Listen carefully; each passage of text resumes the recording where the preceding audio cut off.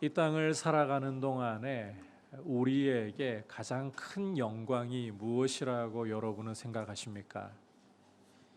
많은 돈과 권력을 거머쥐고 사람들의 부러움을 사는 것일까요? 그렇지 않으면 누구나 알아볼 수 있는 유명세를 가지게 되는 것일까요?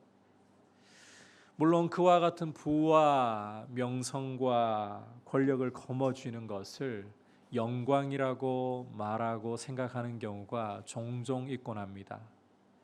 하지만 우리에게 진정한 영광은 가치 있는 삶을 살아가는데 있는 것이 아니겠습니까? 오늘은 여러분과 함께 그리스도인으로서 가치 있는 삶을 사는 것에 대해서 함께 말씀을 나누려고 합니다. 분명한 사실은 사람에게 가치 있는 삶을 열어주는 것은 복음이다. 하나님의 복음이다라는 점을 여러분께 강조하고 싶습니다. 그리고 이 복음은 사람이 믿음으로 의롭다 하심을 얻는다는 이 기초로부터 출발을 하고 있습니다. 앞서 우리가 함께 보았던 로마서 3장은 사람이 믿음으로만, 율법의 행위가 아니고 믿음으로만 의롭다 하심을 얻는다는 사실을 보여주었고, 이어지는 4장에서는 바로 그 말씀에 대한 예증, 육신으로 유대인의 조상된 아브라함을 들어서 믿음으로 사람이 의롭게 된다는 것을 예증하는 내용을 보여주고 있었습니다. 이제 오늘부터 우리가 함께 살펴보려고 하는 이 5장부터 8장까지는 이 믿음으로 의롭다 하심을 얻은 축복이 삶에 실제적으로 가져다 주는 더 깊은 축복이 무엇인가라는 점을 보여주고 있습니다. 우리가 이제 함께 말씀을 5장부터 차근차근 보면서 믿음으로 의롭다 하심을 받고 난 후에 우리 삶에 실제적으로 찾아오는 축복을 하나하나 살펴보기를 원합니다. 자, 먼저 오늘 말씀 1절 우리 다 함께 한 목소리로 보도록 하겠습니다. 그러므로 우리가 믿음으로 의롭다 하심을 받았으니 우리 주 예수 그리스도로 말미암아 하나님과 화평을 누리자. 앞서 4장 25절에서 사도 바울은 예수님이 우리 죄를 위해 내어줌이 되고 우리를 의롭다 하시려고 살아나셨다라고 말씀을 했습니다. 그리고 우리가 함께 보고 있는 말씀 1절에서는 우리가 믿음이라는 손으로 그 은혜를 받아 의롭다 하심을 얻는 축복을 누리게 되었다라고 선언하고 있습니다. 주목할 것은 이와 같은 의롭다 하시는 축복을 얻었기 때문에 우리 주 예수 그리스도로 말미암아 하나님과 화평을 누리자라고 사도 바울이 계속해서 말씀한다는 점입니다. 우리가 가지고 있는 성경에서는 하나님과 화평을 누리자라고 번역을 하고 있는데 새 번역 성경 경우는 하나님과 화평을 누리고 있다. 하나님과 이미 화평을 누리고 있다. 이렇게 번역을 하고 있습니다. 이 부분에서는 새 번역의 번역이 원문을 잘 반영을 하고 있습니다. 왜냐하면 우리가 로마서 3장에서 이미 본 것처럼 하나님 아버지께서는 예수 그리스도를 그 피로 말미암는 화목 제물로 이미 세우셨기 때문에 예수 그리스도의 피가 우리와 하나님 사이에 원수된 것을 허무시고 화목을 이루셨기 때문에 바로 이미 화목을 누리고 있다라고 우리가 이 번역을 받아들이는 것이 원문에 더 적절하게 맞다는 것입니다. 예수님의 피로서 화목이 이루어졌기 때문에 더 이상 하나님과 우리 사이에는 원수됨이 없습니다. 과거 예수님을 믿기 전에는 하나님과 우리 사이가 원수관계였습니다. 에베소서 2장에서 보여주고 있는 것처럼 허물과 죄 가운데 하나님에 대해서 죽어 있었기 때문에 우리는 이 세상 풍조를 따르고 공중권세 잡은 마귀를 따르고 우리 육체의 욕심을 따르면서 하나님을 반역하는, 적극적으로 반역하는 본질상 진노의 자식이 되어 있었습니다. 게다가 이와 같은 하나님과 원수 관계 속에서 하나님을 반역하는 모습 속에서 우리 인생은 하나님의 진노 아래에 있었고 알아서 하나님의 진노를 우리 위에 차곡차곡 쌓아 올리는 이런 짓을 저지르고 있었습니다. 하지만 하나님께서 예수 그리스도를 십자가에 흘리신 피로서 화목 제물로 삼아 주시면서 이 원수 관계를 허물어 버리셨어요. 따라서 예수의 피로 더 이상 우리는 하나님과 원수 관계가 아닙니다. 하나님의 진노는 우리에게서 떠나갔습니다. 이제 우리와 하나님과의 관계는 화목되어서 아버지와 자녀의 관계가 된 것입니다. 바로 이 은혜가 2절을 보시면 그로 말미암아 예수 그리스도로 말미암아 우리에게 주어지게 된 것입니다. 그리고 이 은혜 안에 있기 때문에 믿음으로 의롭다 하심을 얻은 이 은혜, 이 축복 안에 있기 때문에 이제 우리는 2절 끝부분에서 보는 것처럼 하나님의 영광을 바라고 즐거워하게 되었습니다. 여러분, 우리 예수님을 믿고 의롭다 하심을 얻은 성도들은 하나님의 영광을 바라고 즐거워하는 사람들이 되었습니다. 참고로 이 영광이라는 말은 원문의 의미 자체가 무겁다라는 뜻인데 질량으로서 무거운 걸 이야기하는 게 아니고 어떤 한 사람의 이 가치와 탁월함이 드러날 때 사람이 느끼는 무게감, 이걸 영광이라고 불러요. 하나님의 영광이라는 것은 하나님이 창조와 구원을 통해서 드러내시는 하나님의 탁월하심, 그 탁월하심의 무게감을 가리키는 것입니다. 천군 천사도 찬송을 터뜨릴 수밖에 없는 그 하나님의 탁월하심을 하나님의 영광이라고 부르는 거예요. 성도는 이 하나님의 탁월하심을 바라보며 즐거워하는 존재가 되었다. 자, 그렇다면 이제 계속해서 이 하나님의 영광을, 이 탁월하심을 바라보면서 즐거워한다라는 것이 구체적으로 어떠한 모습을 의미하는 것인가? 자, 3절, 4절 말씀을 함께 한 목소리로 읽도록 하겠습니다. 시작. 다만 이뿐 아니라 우리가 환난 중에도 즐거워하나니 이는 환난은 인내를, 인내는 연단을, 연단은 소망을 이루는 줄 알미로다. 함께 읽은 말씀에서 사도 바울은 성도가 하나님의 영광을 바라고 즐거워한다는 것이 어떤 의미인가를 잘 설명해 주고 있습니다. 간단히 말하자면 성도는 세상이 알지 못하는 수준의 높은 차원의 삶을 살아간다. 하나님의 영광을 바라고 즐거워한다는 것은 성도가 세상이 알지 못하는 차원의 삶을 살아간다는 거예요. 다시 말해 세상과 환경의 지배를 받지 않고 넉넉히 이기는 삶을 살아간다. 넉넉히 이기는 삶을 살아간다라는 의미라는 것입니다. 예수님을 믿기 전에 우리는 사실상 상황에 의해서 우리의 감정이 오락가락, 쥐락펴락하는 삶을 살곤 했습니다. 감정에 의해서 우리의 삶의 태도가 결정되곤 했다는 거예요. 환경에 의해 지배를 받았다는 거예요. 우리가 원하고 바라는 환경이 주어진다면 기뻐하고 잔치도 벌릴 수 있고, 반대로 우리가 싫어하고 원치 않는, 특히 고난이라는 상황이 우리의 삶에 닥쳐오면 좌절하고 낙담하고, 물론 의지가 강한 사람은 그런 상황을 극복하기 위해서 발버둥치고 이를 악물겠죠. 이걸 바꿔 말하자면 환경에 의해 지배를 받는 삶을 살았다는 겁니다. 자, 여러분, 제가 드리는 말씀을 잘 좀 이해해 주시기를 바랍니다. 상황 따라서 우리 마음에 일어나는 감정, 그러니까 이 기쁨이라든지 슬픔, 즐거움이라든지 괴로움, 이 자체는 상황에, 환경의 지배를 받는 표 그 자체가 아닙니다.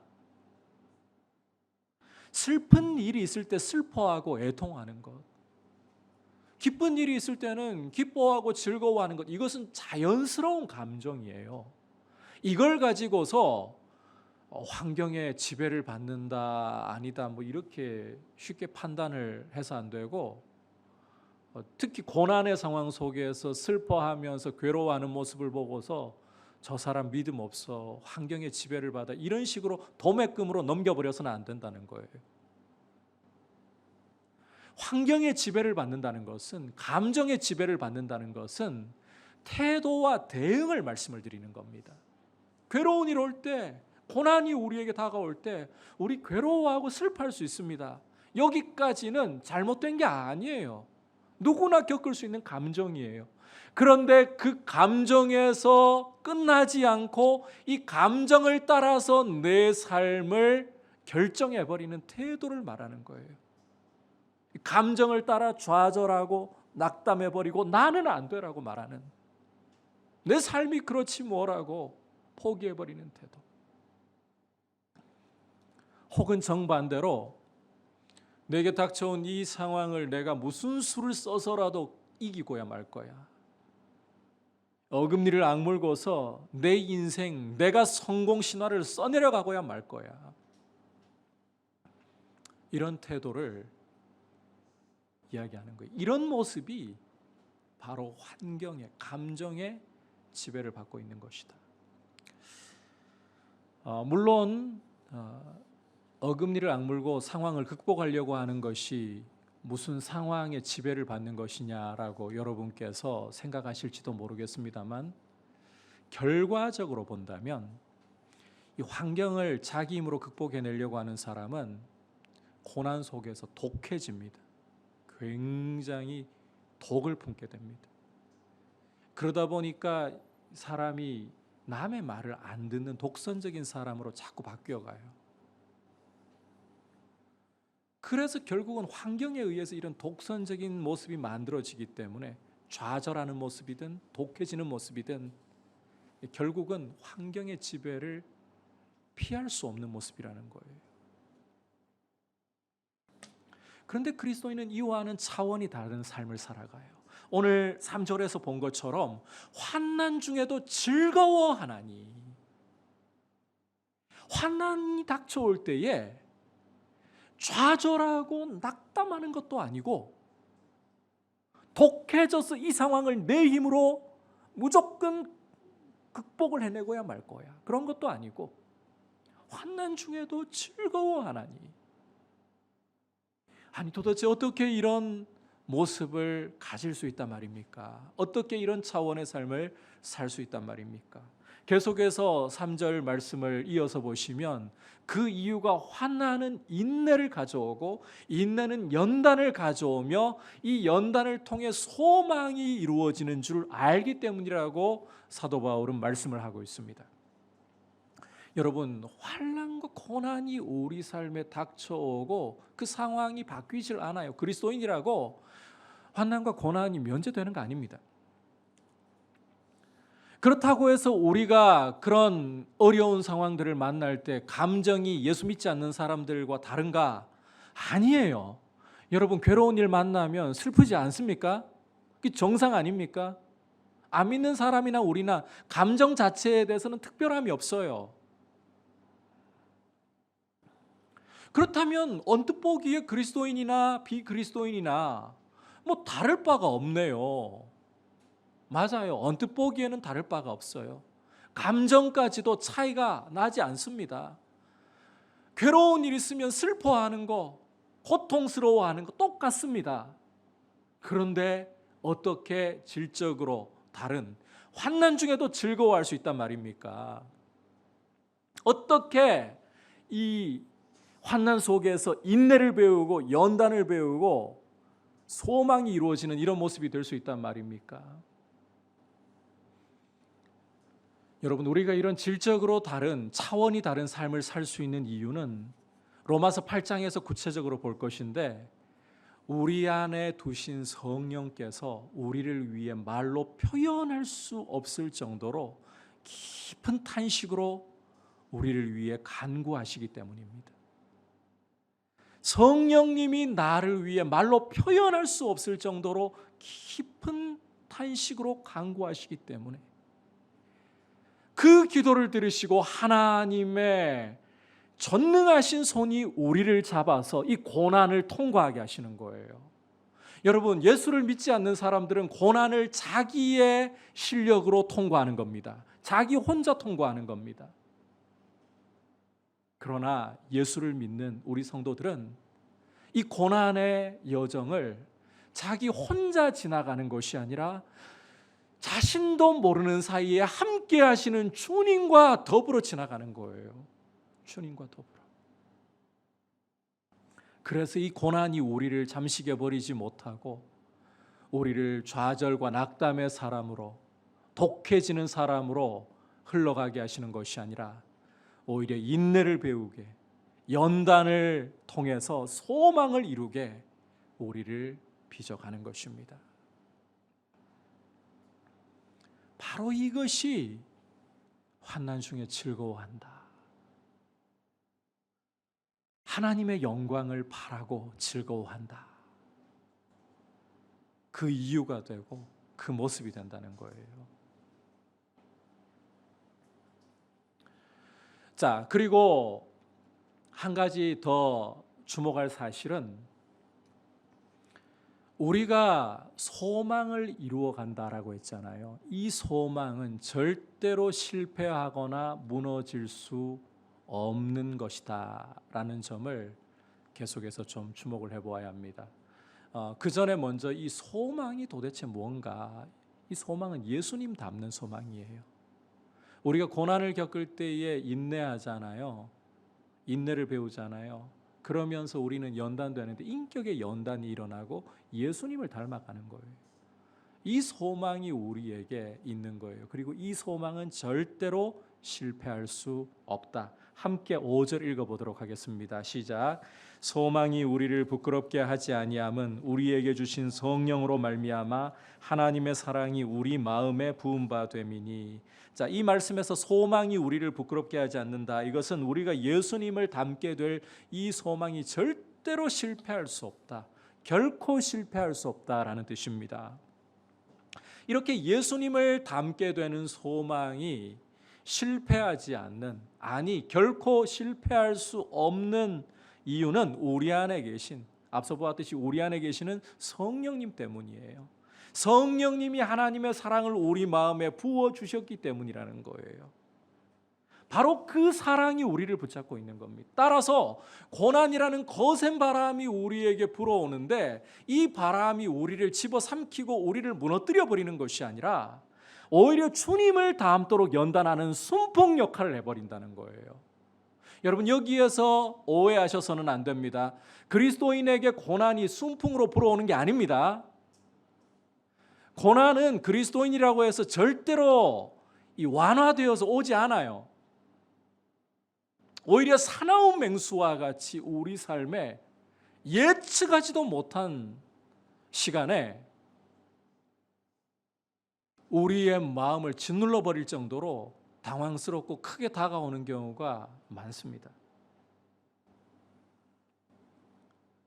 다만 우리를 사랑하시는 하나님이 이 고난이라는 거센 광풍을 당신의 전능하신 손으로 제어하시기 때문에, 그리고 우리를 당신의 사랑으로 품어 안으시기 때문에 이 거센 고난의 광풍이 우리를 어떻게 할 수 없다는 거예요. 하나님의 손에 제어가 되어서 우리를 인내케 하고 연단케 하고 그리스도를 닮아가게 만들어 버린다는 겁니다. 절대 고난은 순풍이 아닙니다. 주님의 사랑의 손이 이 맹수 같은 고난을 제어하고 계시고 당신의 그 사랑의 품 안에 우리를 품고 계시기 때문에 우리가 실패하지 않고 그리스도를 닮아가는 이 여정을 걸어가게 된다. 그래서 우리가 그 예수 그리스도를 믿음으로 고백하고 있는 성도들을 볼 때 고난을 당해서 굉장히 슬퍼하고 괴로워하고 낙심이 되어 있는 경우를 보더라도 여러분 함부로 판단하시면 안 돼요.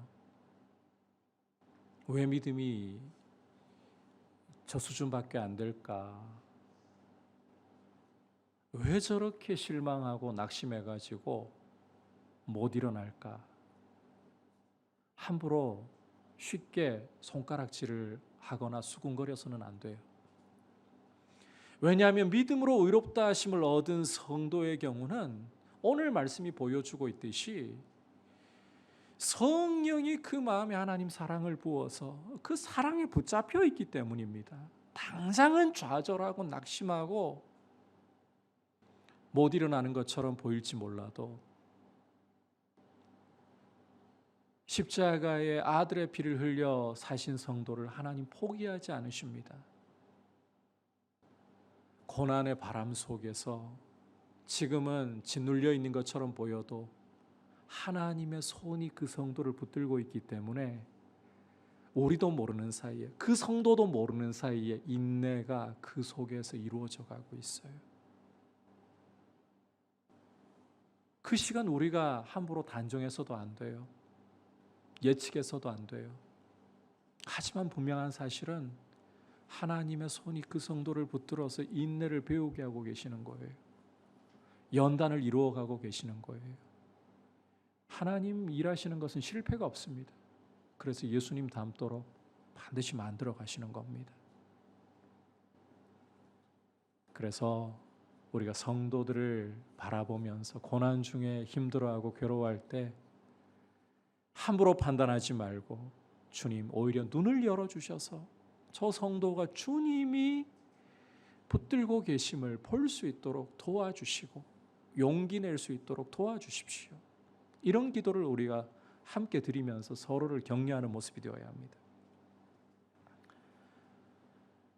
우리가 주님의 사랑에 붙잡혀 있는 사람들로서 어떤 고난이 와도 그 사랑의 손에서 끊어지지 않고 반드시 넉넉히 이기게 된다. 이 예수님 닮아간다는 게 환경의 지배를 받지 않고 넉넉히 이기는 삶이라는 걸 여러분 로마서 8장에서 말씀하고 있거든요.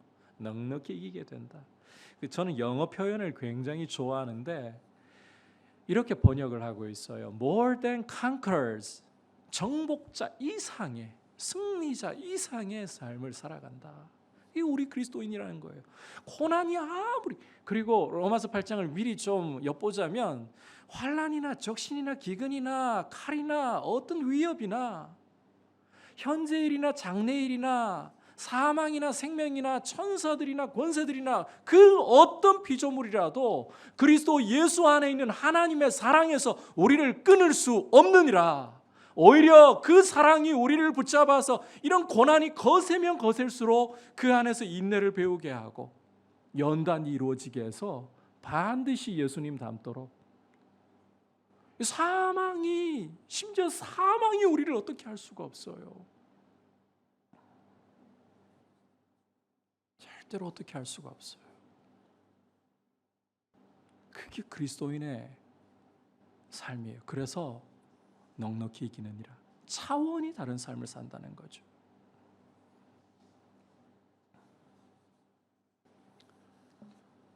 여러분, 여러분들에게 믿음에 조금이라도 유익이 될까 해서 걱정을 끼쳐 드리려고 하는 게 아니라 이 이야기를 조금 나누려고 합니다. 사역자 수련회를 가서 둘째 날 아침 예배를 드리고 난 후에 전화가 한 통 걸려왔습니다. 저희 고모님이었어요.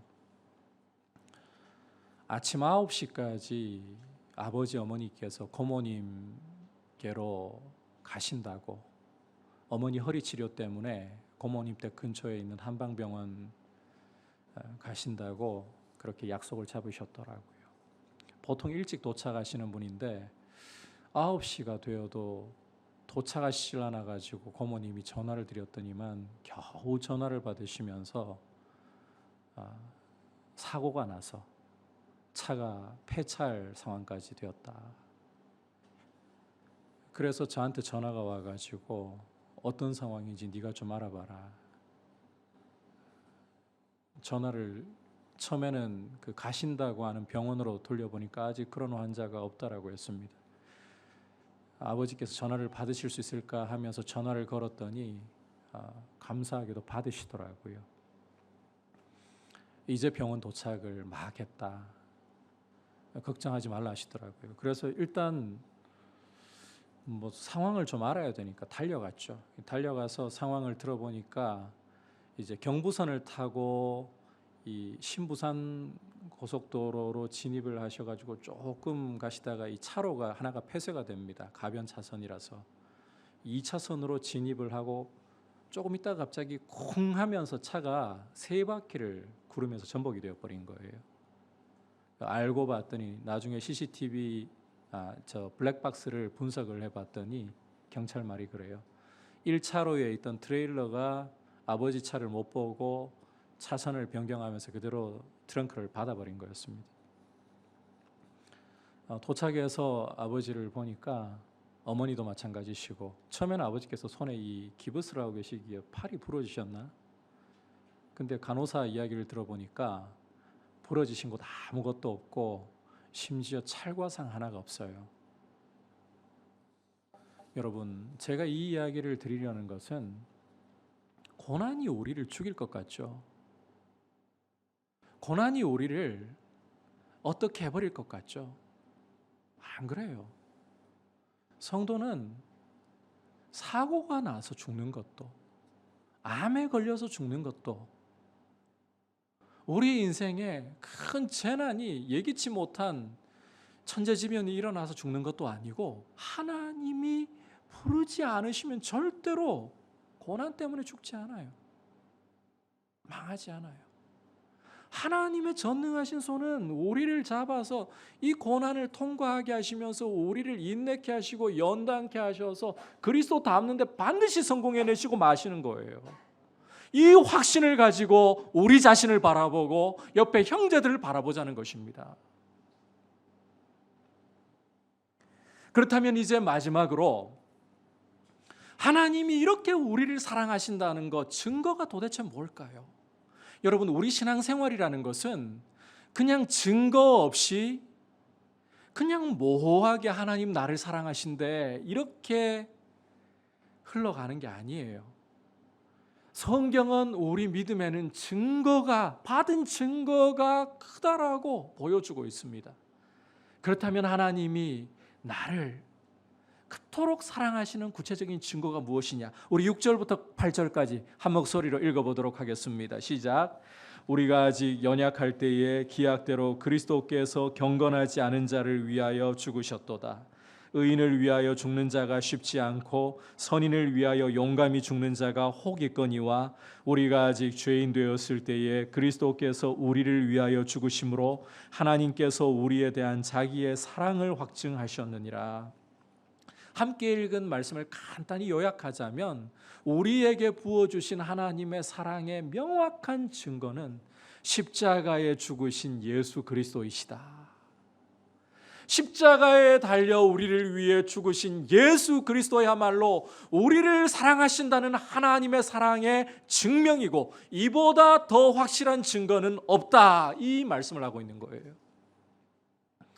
이 말씀 속에서 우리가 좀 주목해 볼 부분 중에 하나는, 그리스도께서 우리를 위해서 죽으신 때가 우리가 연약할 때라는 것입니다. 연약할 때. 여기에서 연약하다는 것은 단순히 우리 육체가 연약하다, 힘이 없다 이런 뜻이 아니에요. 영적인 연약함을 말씀하고 있는 거예요. 왜냐하면 이어지는 말씀에서 그리스도께서 경건치 않은 자를 위하여 죽으셨다라고 계속 설명하고 있기 때문입니다.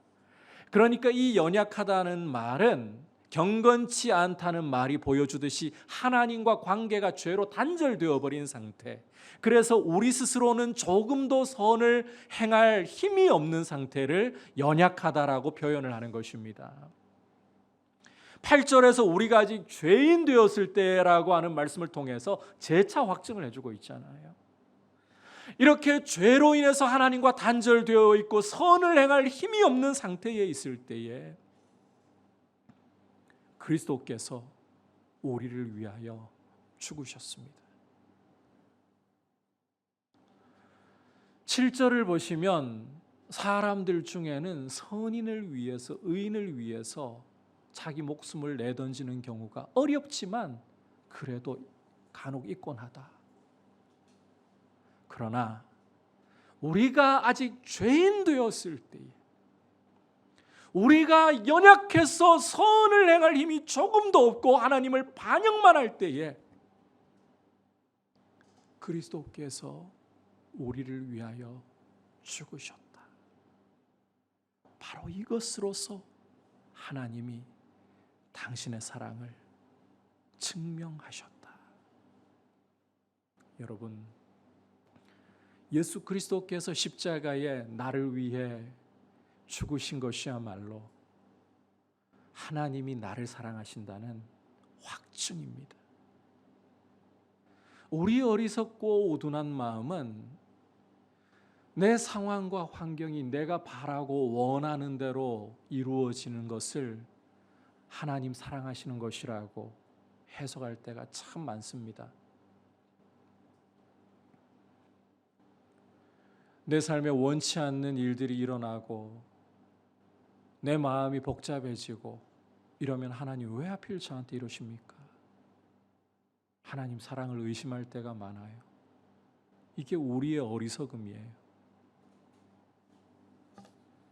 그러니까 우리는 하나님의 사랑의 증거를 남들보다 대단히 특별하지는 않아도 적어도 내 삶에 별 어려움 없이 소소한 행복을 누릴 수 있는 것에서 자꾸 찾으려고 한다는 거예요. 우리의 어리석음이고 우리의 무지함입니다. 죄가 우리 눈을 자꾸 가리니까 우리는 자꾸 착각을 해요. 여러분, 오늘 말씀이 우리에게 분명히 보여주고 있는 것은 우리 인생이 그리스도를 닮아가는 이 영광의 소망, 세상이 알지 못하는 고난 중에서도 그리스도를 닮아가 버리는 이 차원 다른 삶을 살아가는 것은 고난을 통해서이다.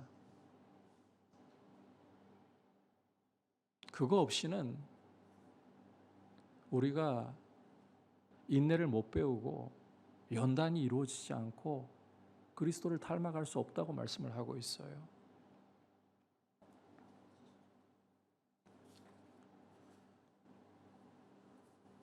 하나님은 그리스도인이라고 고난을 면제시키시지 않습니다. 왜냐하면 우리가 변하는 절차는 이걸 기억하셔야 돼요. 오늘 말씀이 분명히 보여주잖아요. 환난이 와서 인내를 배우고 인내를 통해 인격이 연단되고 그 과정이 우리에게 필수라는 겁니다. 그래서 고난 면제가 안 돼요. 그리스도인이라도 작은 고난만, 내가 감당할 수준의 고난만 올 거라고도 생각해서는 안 돼요.